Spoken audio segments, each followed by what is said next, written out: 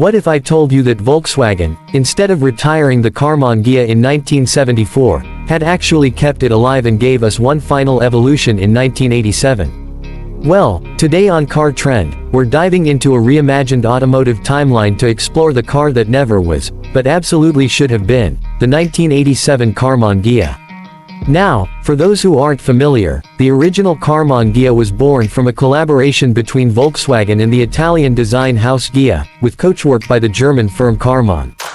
It hit the roads in 1955 and instantly stood out from the boxy Beetles of the era. The Karmann Ghia wasn't about straight-line speed or utility, it was about style, flair, and offering something that looked exotic while keeping that bulletproof VW simplicity under the skin. Fast forward to our alternate universe, 1987. Imagine this: Volkswagen, seeing the rise of retro-inspired design and the enduring cult following of the original Karmann Ghia, decides to bring it back for a final hurrah. But this isn't just a re-release. This 1987 model has been updated for a new era.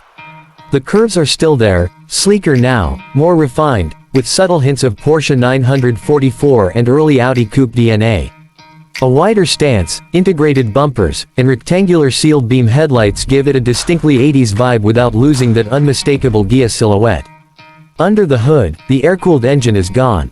Replacing it is a 1.8-liter inline-4, water-cooled, borrowed and modified from the Golf GTI platform. It's producing around 105 horsepower, modest by today's standards, but back in '87, that's enough to push this featherweight coupe with real enthusiasm. Paired with a 5-speed manual transmission and independent suspension on all 4 corners, the driving experience is tight, responsive, and still imbued with that classic VW feel. Inside, we've got a mix of analog charm and 80s tech. The dashboard is a step away from the minimalist Beetle roots, offering a driver-centric layout with a 3-spoke steering wheel, classic VDO gauges, and even an optional Blaupunkt cassette stereo. Think of it as a mixture of sports car and daily cruiser. It's not trying to be a full luxury vehicle, but it's far from bare bones. Bucket seats wrapped in cloth or optional leatherette, power windows in the higher trims, and yes, even a removable Targa-style roof panel for those who wanted a little more sunshine on their drive. This Karmann Ghia also leaned into its Grand Tourer spirit. It wasn't built to compete with Ferraris or even the Japanese turbo cars that were on the rise. But what it did offer was an emotional experience. You weren't just going from point A to point B. You were making a statement. You were driving something rare, something beautiful, and something that connected you to the road in a way few cars did in the late 80s. Safety wasn't forgotten either. While airbags weren't mandatory yet, the 1987 Ghia came with reinforced doors, 3-point seatbelts, crumple zones, and even optional anti-lock brakes, a rare feature in this segment at the time. Volkswagen wanted this car to feel nostalgic, yes, but also modern and viable for everyday use. Now let's talk about how it performed in the real world, at least, in our imagined world. Car reviewers of the time might have called it a soulful alternative to the sterile perfection of Japanese coupes, or a car that reminds us driving can be art. It wasn't perfect. Some criticized the tight back seat, the engine noise at highway speeds, and the fact that it wasn't as quick as a Toyota MR2 or a Mustang GT.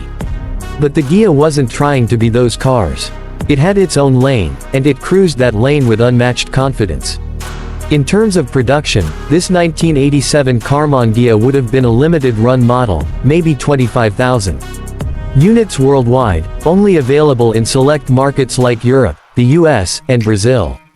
And today, if it had existed, you can bet collectors would be hunting them down like holy grails of VW history.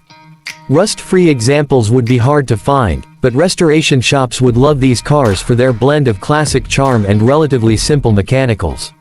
So why didn't Volkswagen make it? Well, in reality, they were shifting focus, building the Golf, Jetta, Passat, and expanding into more practical vehicles. But it's fun to imagine, isn't it?